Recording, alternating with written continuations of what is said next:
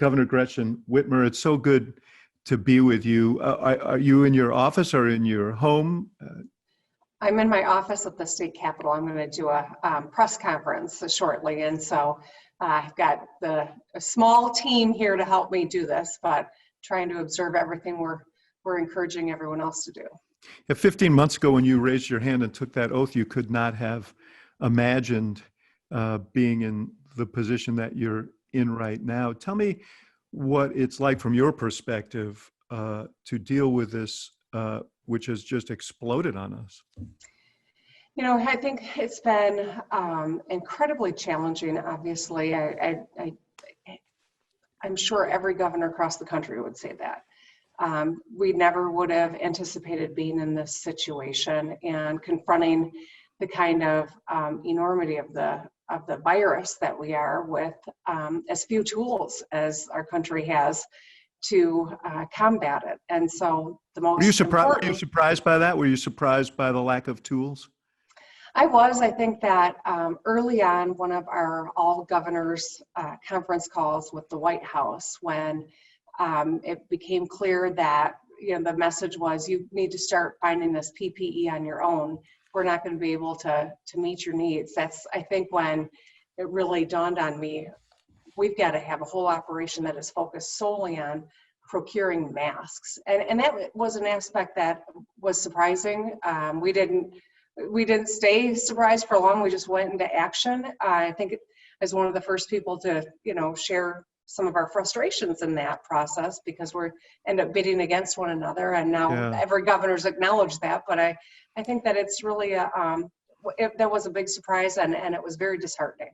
You were one of the first to acknowledge it, and it won you a nickname from the president, which usually you have to move along in your career before you get to that point where the president deems you worthy of a pejorative nickname. But he laid one on you, and then he told the vice president, I wouldn't talk to that woman in Michigan. How did you react to that? And have there actually been any ramifications in terms of your ability to get what you need from the federal government because the president was sore at you? Well, I'll tell you how I reacted. I didn't sleep. I didn't sleep for a couple of days because I was worried that this, kind of petty back and forth might preclude me from getting what I need for the people of this state. And, the last thing I want is for anything to stand in the way of our ability to give our nurses and doctors the kind of support that they need. I wasn't engaging, and I made the same observation governors across the country had made, but for whatever reason, it was elevated, and I don't have time for any of that. All I need is, masks. I sound like a broken record, but this is, at the end of the day, we should be able to say the virus is the enemy. It's not the governors. It's not the federal government. It's not the individual employees in these huge, spaces where we've got state employees and federal employees. We're all got to be on the same team on this one. This is a virus that is ravaging our country, and the preparedness, I think, is something that is really dangerous. And Dr. Fauci said it. I've said it a number of times. It's going to, cost lives, the fact that we weren't prepared as we should have been, and that's a frustration. But so far, we've had a really decent working relationship with the feds. I talk to the vice president pretty frequently, and we're not getting what we need. We're getting a fraction of what we need, and I don't think that it's because we're Michigan. I think it's because the federal government doesn't have the kind of tools that that we all need. Will it impair you? Is it impairing you from? We should point out that Michigan, I think I saw the latest stats today, 24,658 or 38 cases, 1,487 deaths. Are you equipped to deal with this now? Do you have what you need right now? You say you're not getting what you need from the federal government. Have you been able to fill in adequately so that you feel like you can provide the treatment, the coverage, the medical care that people need? So Michigan, like Illinois and like Ohio and a number of other states, we were aggressive on the front end. I signed a stay-home order early on. I've just re-upped it for another 3 weeks, and it's hard to do. We're asking people to make sacrifice, but with a virus for which there's no cure and no vaccine, for which we have too little PPE, and it's highly contagious and deadly, the best tool we have is to slow the spread by not being around one another. And it's really that simple. I've seen doctors opine that if we all could just freeze for 14 days, this virus would sputter to an end. So taking these aggressive actions has helped us avoid, a really steep peak that we were anticipating. It's started to mellow a little bit. Now, I say a little bit because I'm very reticent to say it's time to just start back up the economy. We know we can't just flip a switch and go back to pre-COVID-19 days. We're going to have to be really smart and thoughtful about what that looks like when it's safe to do it. But the fact of the matter is these aggressive strategies that a number of states have taken are going to be what saved our healthcare systems and save lives. You raised an interesting point, and Dr. Fauci was talking about this yesterday. Re-engaging the economy is a very tricky thing because since there is no vaccine and we know so little about this virus, we could be right back in the soup. South Korea is now going through those concerns right now, even though they have been very aggressive on this. You, by the way, took some heat for extending your stay-at-home order and toughening it last week. But how do we come out of it? And what do you as a governor, because ultimately you're going to make the decision, not the president, what do you as a governor need to see, and what tools do you need in order to begin sending people back to work? Yeah, so we got to be really smart. I've been talking a lot with my colleagues across the country on both sides of the aisle, frankly.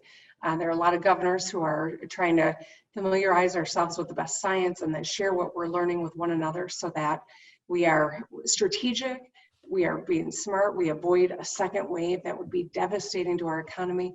When people are mad that we have to stay home for another 3 weeks, the worst thing we could do is to have a second spike where we have to get right back into the same posture a month down or 2 months or in the fall. And so as we look to what does it look like to re-engage? I mean, it's got to be phases, and it's got to be slow, and it's got to be really smart, well informed by the best medical practices. We have to have robust testing, and that is one of the fundamentals: testing, tracing, and treatment. If we can test everyone who needs to get tested, we will have a real handle on who's got COVID-19. If we know who has it, we can isolate them and start to, re-engage sectors of our economies. And the treatment, when we get to a vaccine, that's not going to be for a while. And so ramping up this testing and really having robust tracing is essential to us getting back into a place. Do you have the tests that you need, and not just tests for COVID-19, but also you'll probably also need to do this serological testing, blood testing to see who has developed an immunity, because a lot of people are walking around with COVID-19 and they may not show symptoms. Right, that's right. Well, we do not have all the tests that we need. One of the things that was announced today is that Beaumont Hospital System here in Michigan is going to be doing the biggest serological testing in the nation. They're working with the FDA, and I'm excited about that. They've got 43,000 people who work in and around the system that they will start testing. And I think if we can ramp that up so we know who has the antibodies and who can, we think, safely interact back in the economy. I say we think, though, because our chief medical executive would tell me, this is a novel virus. We are learning every single day. We don't know how long the antibodies would protect you. We don't know if it is going to mutate and become something different, and maybe those antibodies aren't as helpful. So, but having that test is one piece of a broader testing scheme that we've got to be able to do. The actual COVID-19 testing to see if you are currently ill with it is really important. We've never had enough of it. We're doubling our testing in Michigan this week. It still means that we're way under where we should be. We need swabs, and the biggest producer of swabs is in Italy. We need more N95 masks. Most of those are coming out of China. We're ramping up on those fronts here in the United States, but it takes time to get to a place where we're actually meeting our own needs here in this country. And so I am hopeful that On the other side of this, we as a nation have a serious conversation about manufacturing these Yes. fundamentals, because we've got to do the manufacturing here to make sure that we never are confronting something like this again. Have you personally, I mean, the stories are so tragic. People healthy one day, gone the next. And we should point out not just people who are in fragile health, but people who are in good health.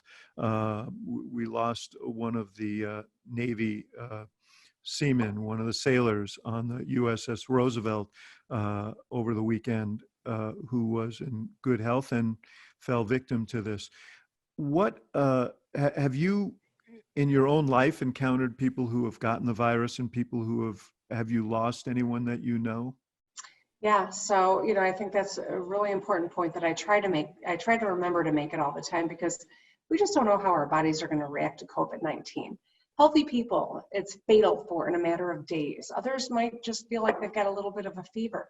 We just don't know, and we can be carrying it right now and exposing people whose bodies could have the worst reaction to it. We lost a state representative here in Michigan about a week and a half ago. He was 44 years old. He, is someone that I knew and someone that I liked a great deal and worked with quite a bit. And it was a blow. And despite that, the legislature decided to come in and have another meeting, which defied all of the, recommendations from the medical community to not congregate. But I think that's, every one of us is going to get touched by COVID-19 one way or another. I know a lot of friends who've lost a lot of people, and Detroit is an epicenter. It is, what we're seeing is there's a racial dynamic to COVID-19 as well. And I raised that. I was on the phone today with my fellow governors across the country and the vice president and a number of people from the White House. And I raised that for the second time, because I do think that it's important. We're sharing data, we have a strategy, and we are focusing on a lot of the disparate health outcomes that have historically been there, but that are really being magnified in this moment. Yeah, you've said, and I think very well, that this is holding up a mirror to the United States of America and the failings of our social safety net and the injustices within our economy. Poverty, I think you said, is a pre-existing condition. You look at these numbers and they're startling. I mean, Detroit has 7% of the population in your state, 25% of the deaths from COVID-19. Wayne County, similarly, just 17% surrounding Detroit of the population, almost half of the deaths. And 40% of the people who've died in Michigan, African-American. I think the African-American population is about 14% or so in your state. I guess my question to you is, what have you learned as a governor? Are there things that you're learning when that mirror is held up against the state of Michigan? Are there lessons you're learning that will change your policy prescriptions moving forward here? Well, I, during my State of the State, which was just in January, I spent quite a bit of time talking about the health disparities for women and babies of color. It's 3 times more dangerous in the United States of America to have a baby if you're a Black woman. It's just, and it's deadly. I mean, 3 times more, instance of death. That's a reality that we have to confront. That's a reality that we have to focus on, whether it's implicit bias or it is access to medical care. These are all important pieces of it. I think that this has shown we've got a lot of work to do as a nation, certainly individual states. I'm glad that my colleague in Illinois and my colleague in Louisiana are sharing the racial data of their testing. But we as a nation need to do that. We've got a lot of work to do. When there's not real equitable access to healthcare, when there's not real equitable access to employment or educational opportunities, we see that the pain caused from something like this is felt much worse by communities of color.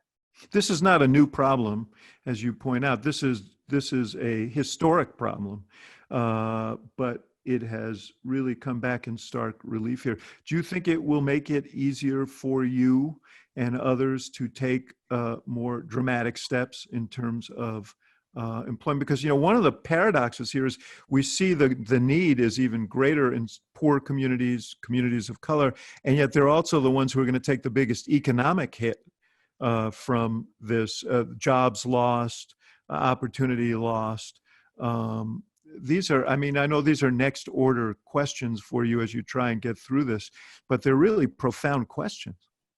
Well, they are. And I think that, one of the exacerbating factors, frankly, has been the fact that there's been so much inconsistent messaging at the federal level since the beginning. And so, I've come to understand that there were a lot of mixed messages being sent even amongst the African American community that, there was immunity when that just was never accurate. And it's just perpetuated so much misinformation. And then one day there'll be a statement from the White House, and the next day it'll be different. We don't need to take this serious, and now it's on the governors to fix this. It's all of these different messages has created a lot of distrust with anyone in a position of power when we are trying to make decisions and communicate with the public. People don't know what to believe, and I think that's created an even more dangerous situation than it otherwise would have. Every single day when I sit at home with my family, I'm cognizant of the fact that I'm lucky to be able to do that, and that there are one of the reasons there's such a high incidence among African Americans and the poor is that these are folks who have to go to work. They live from paycheck to paycheck. They can't afford not to work.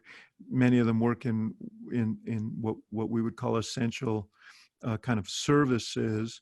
But it really does, it just magnifies the horror of this, that people are going out knowing now that they're risking their lives, but doing it because they have to in order to support their families. There has to be, the social safety net needs to be really examined here, so that we don't face these kinds of tragic situations. Right. Well, and no question, we should be looking at all of the different groups that have been deemed essential right now and demand that every one of them has health care, demand that every one of them has paid sick leave. If you are essential, but you can't take the time off even though you're sick, we're mandating the spread. And so I think that these are important policy extensions that need to happen as a result of this. This is a moment to say, here's the reality. Now let's fix it, because we know that there are people that put their lives on the line every day to stock the shelves at the grocery store or to drive the bus. We've seen a lot of food and commercial workers get sick with COVID-19, and a lot of bus drivers or police officers. Every one of them is doing important work that the rest of us rely on. They should at the very least have the benefit of health care and paid sick leave. I could talk to you about this for the entire time, but I do want to talk to you about you because you're relatively new to people outside of Michigan, and people are interested in you. Particularly now, your name is surfacing on the national scene. We'll get to that. I'm sure you will expertly deflect any questions about it. But what's interesting to me about your story is you come from a prominent family. Your father was the Secretary of Commerce in Michigan under Bill Milliken, who was the longest serving governor in Michigan history, a moderate Republican. Your mother, also an attorney, worked for Frank Kelly, who was the longest serving attorney general, and he was a Democrat. But you were not, as a kid, that interested in politics. You wanted to be on ESPN. That's right. I wanted to be a sports broadcaster. I went to Michigan State University, which is just down the street from the state capitol. And my dad kept, I was working at the football office because that was, was what I thought I wanted to do. And my dad said, you should go do an internship down to the Capitol, just just get a glimpse of it. See, if so few people understand government and why it's important and what it's all about, and just go check it out. It'll serve you well no matter what you end up doing, and kind of everything changed from there. Yeah, what was it about that experience that captivated you and took you away from sports? The I world of think sports has had a big loss there, but go ahead. I don't know about that, but I do think that, it was an opportunity to learn everything that happens at our capitals, whether it's in Washington, D.C. or at our state capitals, impacts our lives.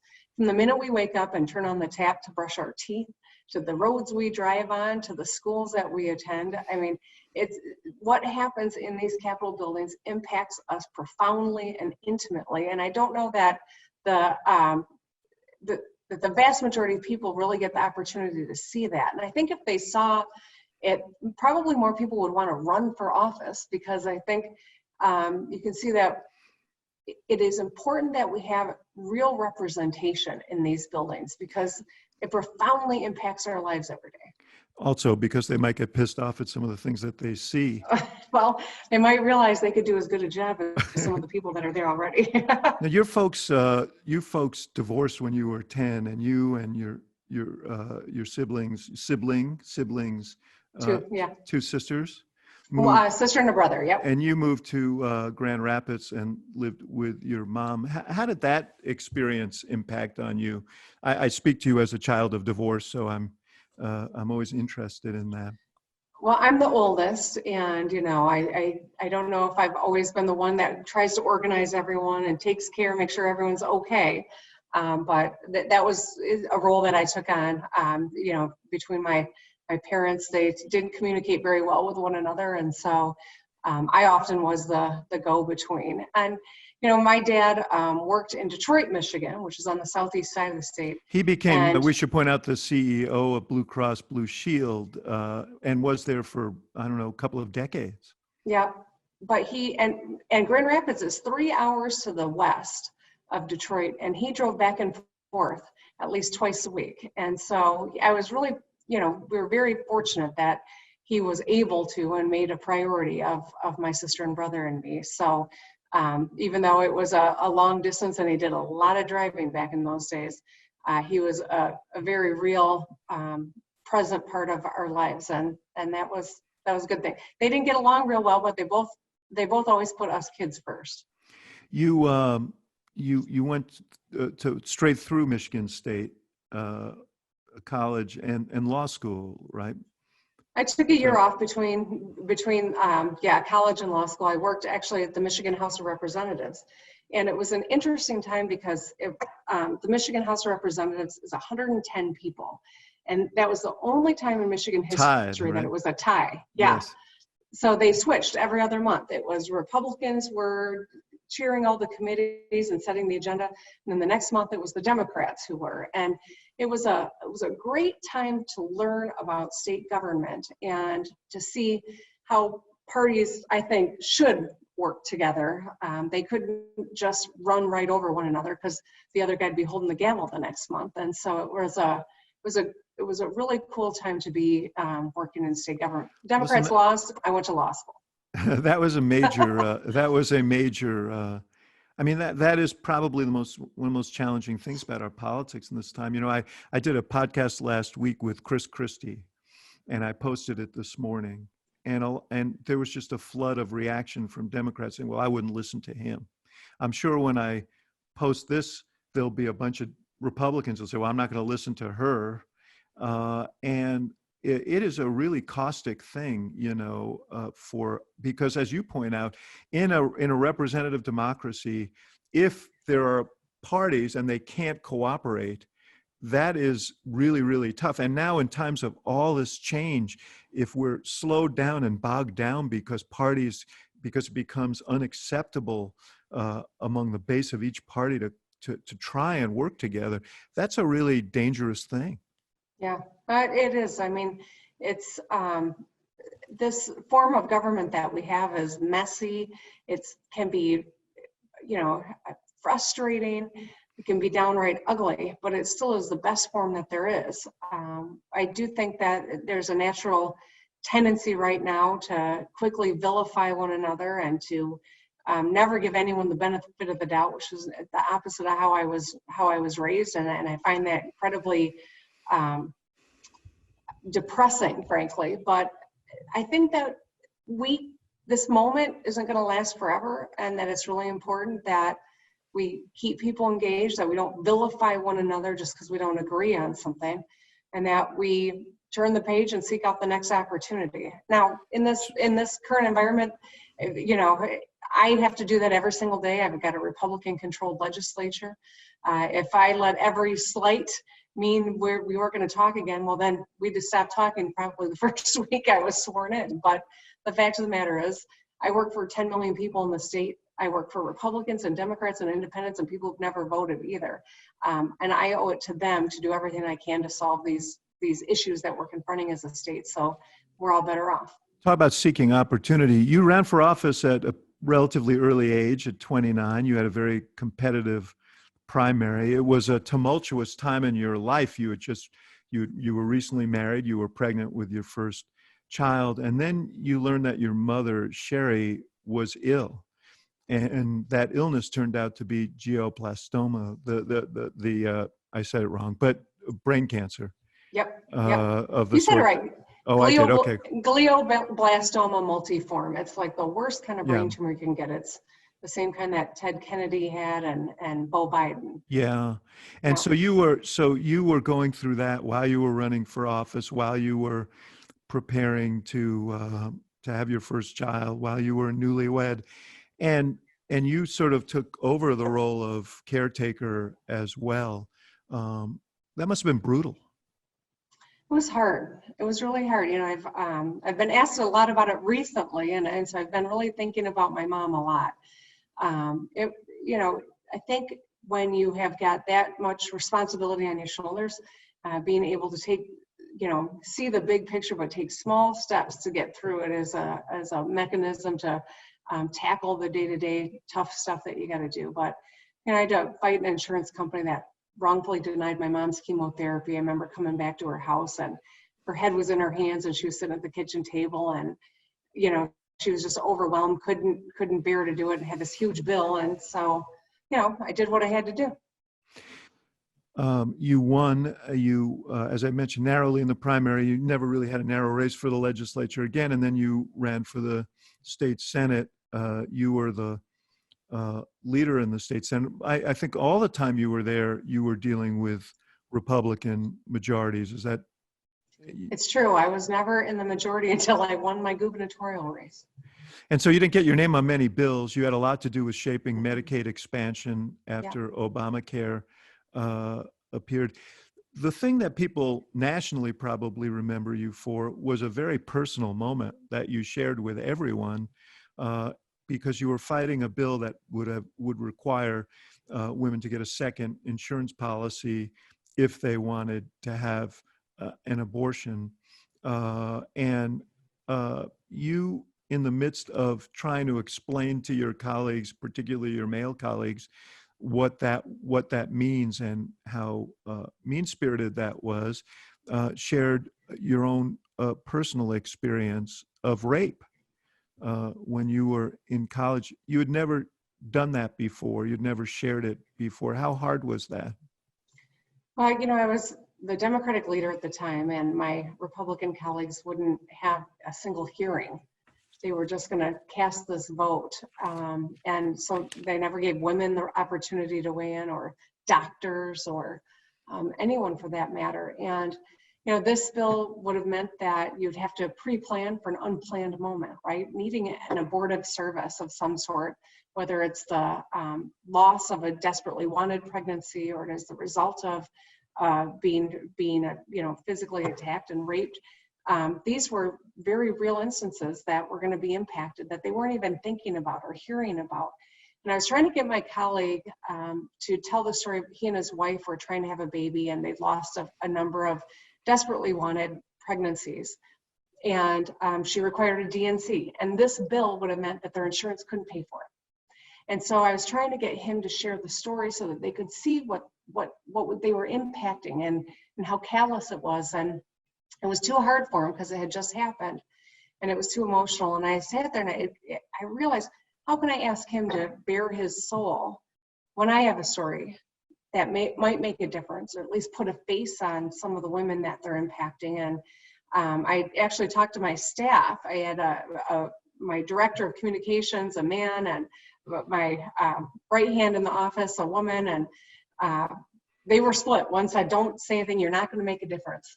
And the other said, if you're comfortable, do what you need to do. And it was a last minute decision, and I shared it. And it didn't make a damn difference. Did any of your male colleagues talk to you about it after the fact? I think, so it was a party line vote. One of my male colleagues on my side actually voted with the other side on it. And I went home about as depressed as I ever had been, frankly. But by the time I was driving to the office the next day, we were inundated with calls and emails and people sharing their stories with me and thanking me for doing it. And I thought it was worth doing. I will say, in the days following, I even had a few male colleagues from the other side of the aisle come up and share stories about someone in their family who had gone through what I had gone through. And they thanked me for my bravery. And that was a hard thing to listen to, because they voted against me and then shared that, voted against my side that I had been making, and then shared that they agreed with me. And that was hard to take. I don't know how old your two girls were then, but did they hear that story after you told it? Did they know about it? They were pretty little. They were probably 7 and 8. Oh, I see. So too young to really understand. Too young to really understand. But you apparently had to call your father and tell him the story, because you had never shared it with him. Right. I mean, I'd never talked to my dad about that. And so on the way home from that debate, I called him to tell him. And I know he didn't. He didn't have the words, because I think he was so stunned and sad. And but I didn't want him to hear it from the news. I wanted him to hear it from me. You became let me just ask you a real-time question about this. As we speak, in Texas and a couple of other states, I think Ohio may be another, the state has asked to suspend abortion services as part of this COVID-19 protocol. This is probably going to go to the Supreme Court. What is your reaction to that? You're a governor. You have to make these decisions as well. There are other procedures that have been suspended. We stopped elective surgeries here in Michigan. And some people have tried to say that type of a procedure is considered the same. And that's ridiculous.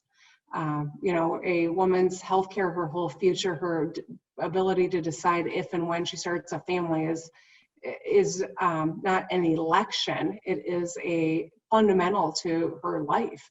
It is life sustaining, and it's something that government should not be getting in the middle of. I've seen other states. Do you think this is a backdoor way of in these states? There have been strong anti-abortion movements. Mm-hmm. Is this a backdoor way of promoting that, or is it a legitimate public policy decision?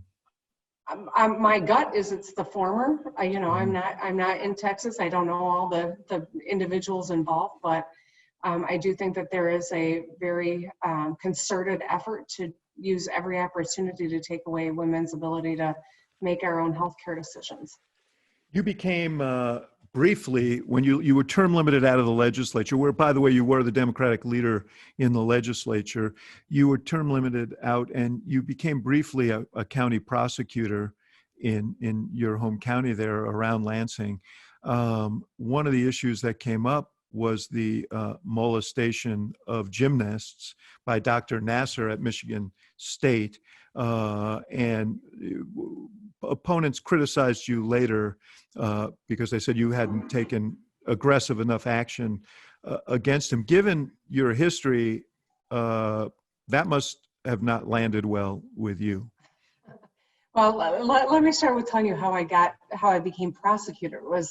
I was teaching at the University of Michigan and at Michigan State University. And my prosecutor got arrested for his involvement in human trafficking. And so he resigned in shame in this sex scandal, and the judges in my county unanimously asked me to come in and clean up the prosecutor's office. And so while I was there, the Nassar case started to become publicly known. And there were decisions that predated my time in the prosecutor's office that some were trying to play politics with and hold me accountable for. We worked incredibly hard to get warrants produced that actually are what sent him away. And so it was terribly maddening for anyone to try to use the pain of these sexual assault victims against me as a political tool, and it fell flat, obviously. Let me ask you though about these big time sports programs and the looking the other way at these kinds of offenses, at other offenses, violations of recruiting rules, and which are obviously in a different category than physical abuse of students. But is that something that needs to be looked more closely at? Because these are, as you know, you're the governor of the state, you're a graduate of Michigan State. These big sports programs are huge revenue producers for universities and magnets for universities. So there's a reluctance to kind of upset the apple cart. Yeah, there is. But that being said, these are supposed to be institutions of higher learning that also have sports teams, not sporting institutions that also teach some classes. And I think that it's really important that we hold them to high standards, that, these are phenomenal institutions that have been built up over years. But the fact that they get so much revenue out of sports is really, I think, turned upside down the value system and how decisions are made. And so I do think that there needs to be better accountability, that, there's a lot of work that needs to be done on our campuses. It's not unique to one state or another. This is a pervasive American issue at our big institutions that have these competitive sports teams. And I think that there's a lot of work that needs to be done to reset the priorities. Have you had these conversations with your academic leaders and your trustees? I have. I wasn't real popular in town, but I said, when this first started hitting, I was one of the first voices to say, this leadership has got to go. The president, who is now still facing charges, I called for the resignation long before anyone else, because I know that the buck has to stop at the top. And the fact that this man was empowered to just abuse and hurt and inflict lifelong wounds on little girls and young women who came for him because he was supposed to be the best, and it was propped up by a university. You ran for governor. That's why you left the prosecutor's office after 6 months. You weren't the odds-on favorite to start, and there was all kinds. You weren't well known, particularly in the state outside of government circles. When you announced, I was interested. You started every speech by saying, "My name is Gretchen Whitmer. I'm a woman. I'm a lawyer. I'm a lifelong Michigander." How did being a woman play? Michigan had already had a woman as governor, Jennifer Granholm, but there was in 2018, which is when you got elected, just this real outpouring after the election of 2016. And women candidates all over the country emerged. We saw it in the House. We saw women governors get elected. What is it that people were reacting to, responding to? Well, one of the funniest questions that I got during the wild campaign was, "Are you going to run as a woman?" And, I just remember thinking, how do Did they give you the options? Right. How do I respond to this? And of course, I've been doing this long enough to know you seek the question behind the question. So what the question behind it really was, are you only going to be talking about women's health, right? Being pro-choice, that kind of a thing. And, I'd share that often just to get a laugh, but to also say, listen, women in Michigan care about the same thing men in Michigan care about. It's about having a good job, making sure that when you turn on the tap water, it's clean and you can hand your child a glass at the dinner table. They want to know that, you can drive on the roads without busting an axle or having to replace a windshield. And so, I think that there was a lot of enthusiasm, especially with the Women's March and in reaction to the Trump-Clinton election, where we know that Hillary Clinton won, but this person was taking over the reins who didn't have a good record in terms of women. Although she didn't win in fairness, we should note she didn't win in Michigan. That's one of the reasons he's there. I don't disagree with that, but when you look at the total count, but the point being, there were a lot of women who stepped forward to run in 2018. We won all the statewide elective offices in terms of the executive branch. I, picked my running mate. So we do have a man named Garland Gilchrist, who is the Lieutenant Governor, first African-American man in that position in the history of Michigan, but also Attorney General Dana Nessel, first openly gay woman, and she's our AG, and Secretary of State Jocelyn Benson. We swept all the top offices, and I think it's because people were engaged and enthusiastic in a way that we weren't in 2016, and I'm hopeful that we will respond again in 2020. You ran on your tagline was "Fix the damn roads," which I thought was fantastic, just as a former practitioner and also as someone who has a house in Western Michigan. So I couldn't be more enthusiastic about that project.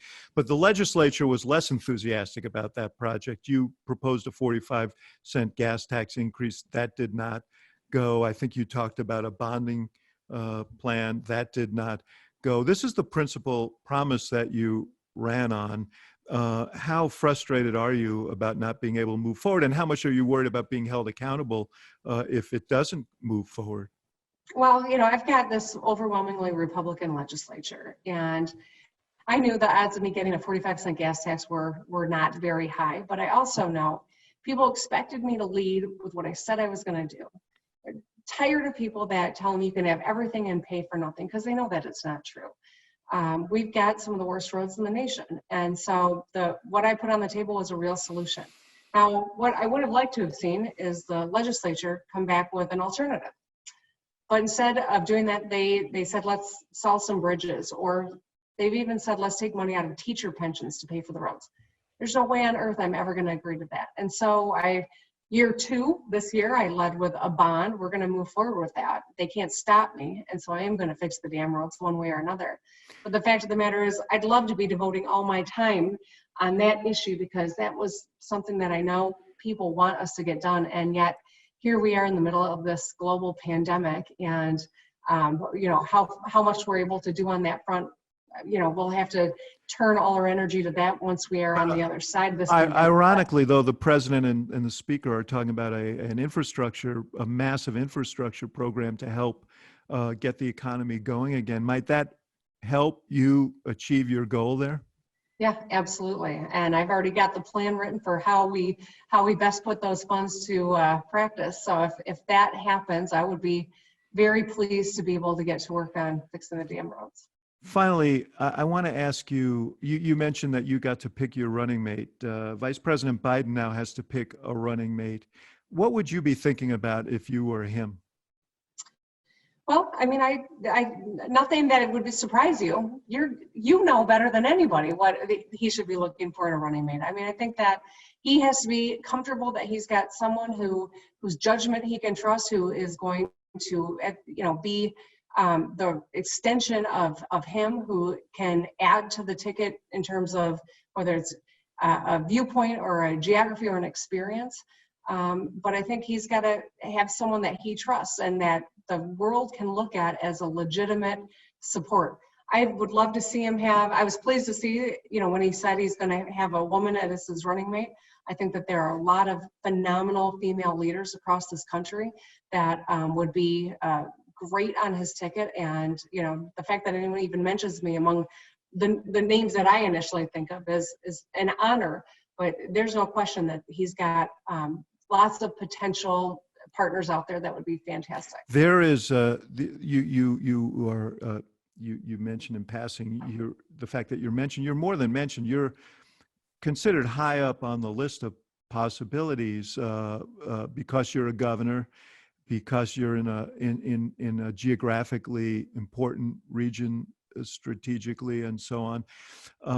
Do you feel like you're ready for that responsibility? I never thought that I would be the governor of Michigan. I never thought that I would want to run for any office, frankly. But here's what I've learned about myself. When I see something that needs to get done, I roll up my sleeves and jump in and help. Whether I'm on that ticket or not, I'm going to help him and whomever his running mate is, because I think that it's so important that we make this monumental decision in November. This is not about me. This is about my daughters. This is about our future as a country. This is about our experience in this moment and knowing that we need leaders who can chart a course for real opportunity for every American, that will restore our standing in the world, that will give us reason to feel optimistic and hopeful and proud. And I think, that's really what's at stake in this next election. But if asked, you would serve. David, I'm so glad we had this time together.